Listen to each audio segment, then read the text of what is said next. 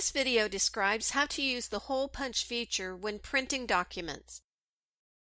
Click the WordPad or Office menu button in the upper left corner of the window, and then press Print. For other applications, click File and then Print. In the Select Printer list, select the printer you want to use.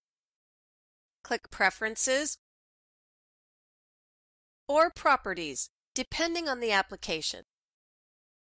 Select the Detailed Settings tab. In the menu box, select Finishing. Choose the desired hole punch configuration from the Punch drop-down menu, and then select OK.